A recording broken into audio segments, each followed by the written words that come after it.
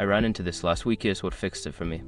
If you're having trouble resetting your password on KuCoin, follow these simple steps to get back into your account. Step 1. Go to the KuCoin login page.